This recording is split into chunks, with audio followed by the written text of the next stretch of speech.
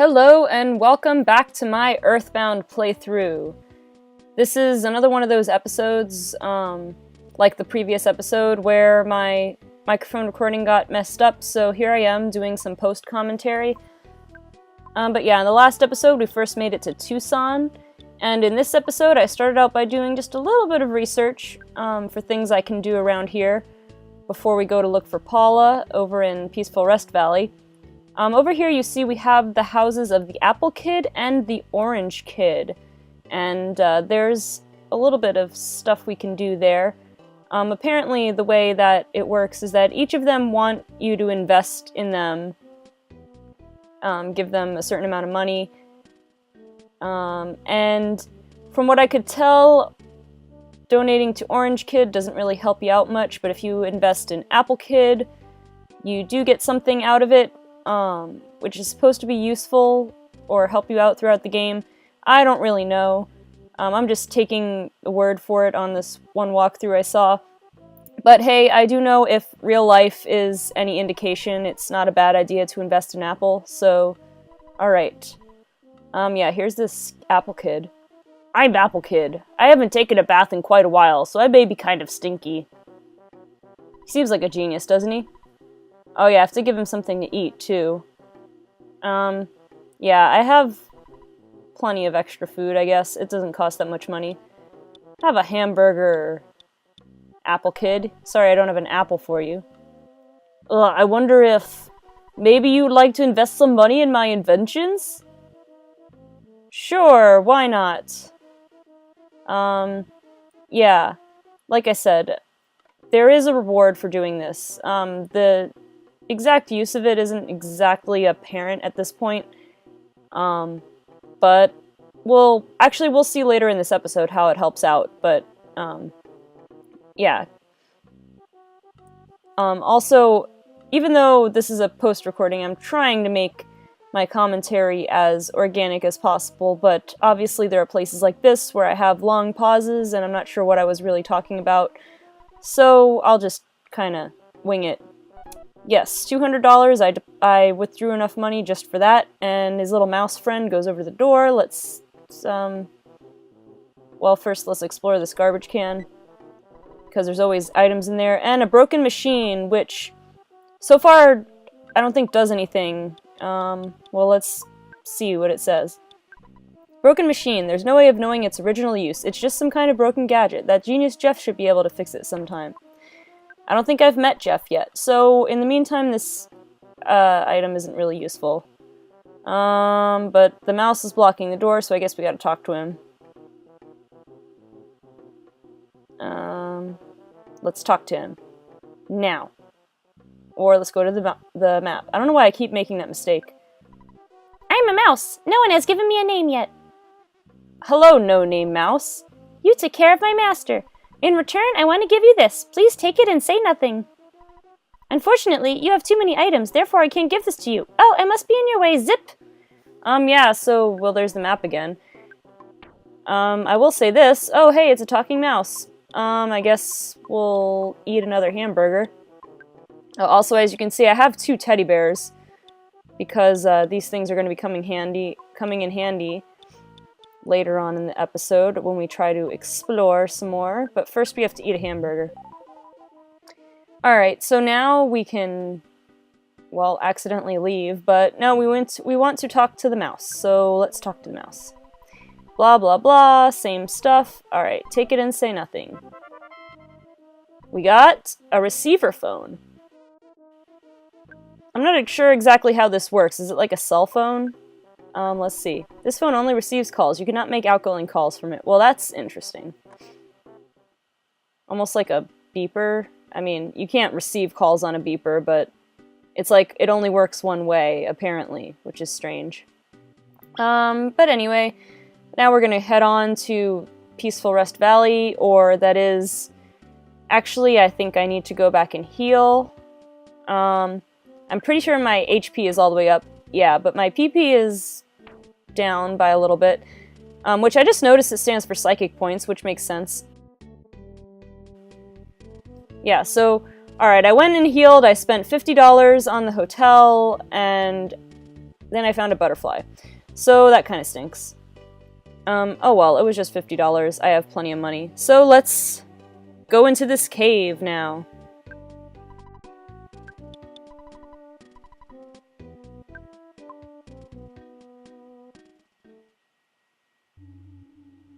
Alright, here is another butterfly. Excellent. So glad that I spent $50. Again, it's just $50, it's not that big of a deal. But we have another enemy to fight, or a new enemy, I should say.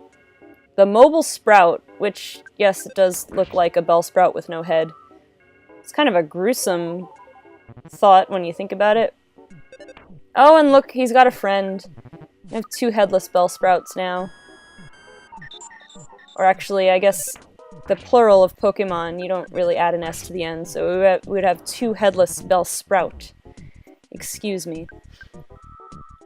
Which reminds me, I'm sure I'm not the only one to notice this, nor would I be, like, the first one to notice this. I'm sure everybody has noticed this, but one of those plant characters in the Plants vs. Zombies games, there's the one that looks just like Bellsprout, except his entire body is green. I think he's called the Pea Shooter or something. Yeah, that's kind of weird. And this girl's hunting for mushrooms. And she's gonna collect a ton of them. Well, she's already got a little collection started right there. Checking out that rock just in case it does something, but it doesn't. Let's talk to this mole. Another mole. I love these little guys. They're so cute with their little shovels and helmets. And he's gonna tell me, oh, that if you have a good level of guts, then you get more smash attacks and you might survive an otherwise fatal blow with 1 HP. Well, that's pretty cool. Oh, and yeah, that too. If you defeat an enemy... Okay, yeah, if your HP is gone, I guess what they're saying is if your HP drops to 0 before your turn is over, and you still attack, and you defeat your enemy with that attack, then you'll still survive. Which, that's pretty interesting. Alright, so, oh, and there's a UFO. Little UFO. Aw, he's so cute. It's a little UFO, so adorable. And there's a mobile sprout. And fortunately using the PP magnet on the teddy bear. And my PSI gaming didn't work on the UFO, unfortunately. I hate when these regular attacks miss so much. And... uh-oh. Yeah, these UFO guys, turns out, the little UFOs are real cute, but they cause colds, apparently. Which is weird. So, from what I've been able to gather, there are some different status conditions, which I've already heard of being asleep and paralyzed in this game. But having a cold, from what I understand, is similar to being poisoned in another game. But let's hold that thought, because for some weird reason, a pencil-shaped iron statue is blocking the path. Well, that's just lovely. I guess we can't do much more of that. I better go back and try to heal to get rid of this cold, though, because it's sapping my life away as I walk. So let's go. Alright, let's see how we're doing here. Okay, I'm surviving pretty well. Almost back to the hospital. Yeah. Not the hospital, I mean the hotel. Although actually something I found out,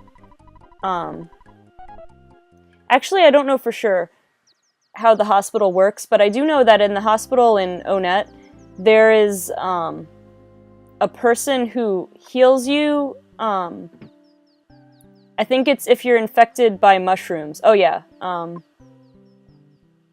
yeah, so it turns out getting a good night's sleep at the hotel doesn't, cure sleep, so I'm gonna have to go buy a cold remedy, so I'm gonna just withdraw some money. But yeah, if you're infected with mushrooms, apparently, and you go to this one guy in the hospital in Onet, he'll not only heal you, but he'll pay you money for every mushroom you have. Alright, here we are at the little drugstore type area. But I have too much stuff, so I gotta sell something. I guess I have this croissant here. Croissant. I will sell it. Alright, now I'll buy a cold remedy. And okay, so that's about it. And I keep accidentally pressing the map button because hooray. I don't know why, I guess because the X button in some more recent games is often a menu button, but in here it's A. But anyway, got over the cold and pressed the map button again, hooray. So now I have still an empty item slot. I'm gonna eat a hamburger to heal up, so I don't have to spend another $50 because I guess, you know, it turns out hamburgers... Oh, can't go down the up escalator. Hamburgers are cheaper than a stay in the hotel. In fact, I think like 3 hamburgers would still be cheaper. So I'm gonna buy some more hamburgers here. Except that I accidentally bought a can of fruit juice. Well, I'm gonna buy a hamburger this time, and... yeah, I have too much stuff, so I have to get rid of this can of fruit juice. It turns out that she doesn't buy my items. So yeah, instead of going all the way upstairs and selling it, though, I'm just going to... I'm just gonna eat or consume the can of fruit juice. Because I'm lazy, and I'm sure it was only gonna get me, like, about $2 or something if I ate it. But now we're ready to go back to that pencil, or... actually, I don't know where we're going yet. Alright, actually, Orange Kid is out here. We haven't said hi to him yet. Let's talk to him. Are you looking for that so-called genius, Apple Kid? Yes. As a true genius, I tell you he's in Berglund Park, looking for you. Looking for me? Why didn't he tell me? I don't know. Actually, I do know.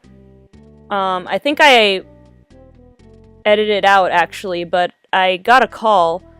I'm trying to think. Yeah, I think I got a call on the receiver phone. Actually, I don't remember now.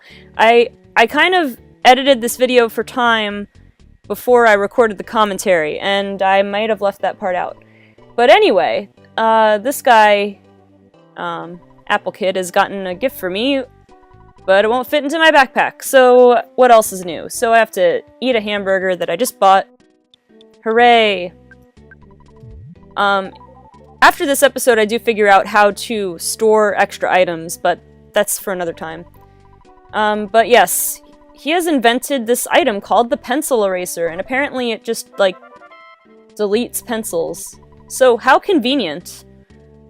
How convenient indeed. So I guess now we can make our way back toward that cave and make our way to Peaceful Rest Valley.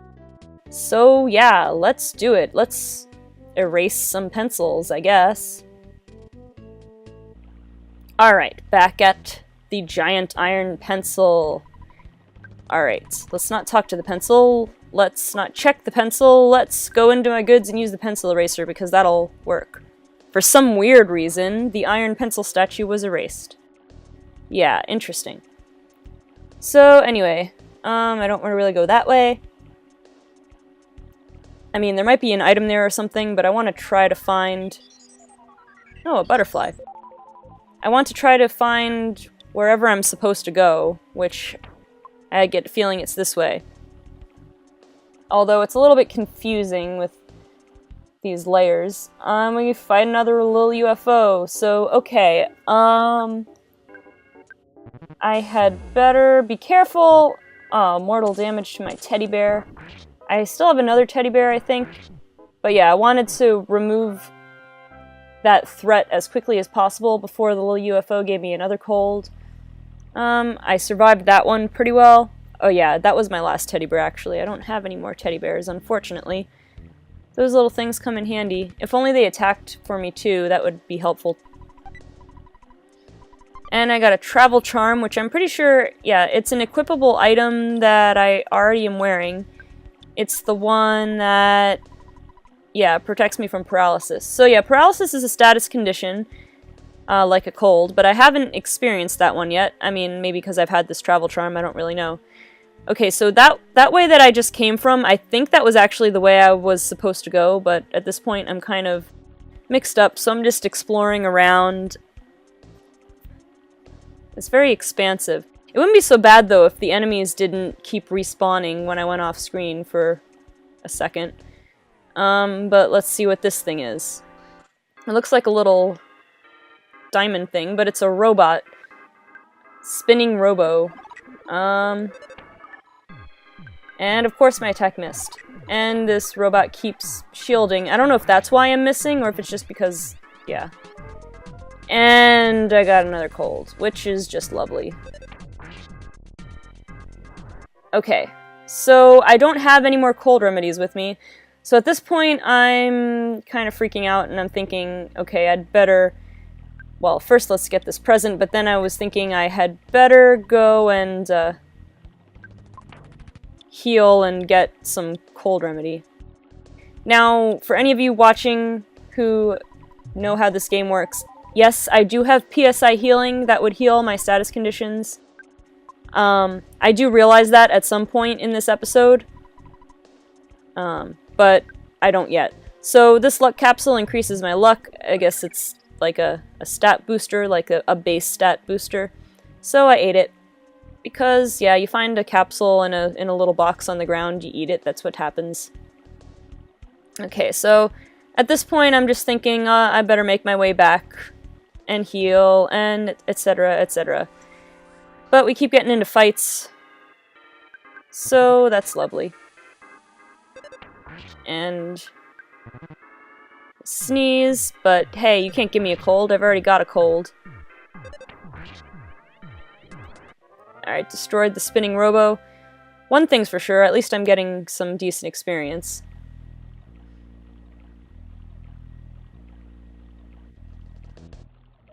And I walked into the butterfly, just, you know, just on a whim, even though I know the butterfly only restores PP. I just figured, oh, hey, does this heal my cold? So yeah, at this point I'm kind of, like, debating back and forth whether to stay where I am or what have you. So I'm getting low on healing items too, so I'm starting to think that maybe it would be best if I just went back and healed, regrouped, and started over, maybe bought some more cold remedy. But gotta fight these guys. And they're slowly whittling away my HP, plus this cold. And my attack missed the UFO, of course. And yeah, I'm getting really low now, but the little UFO was destroyed.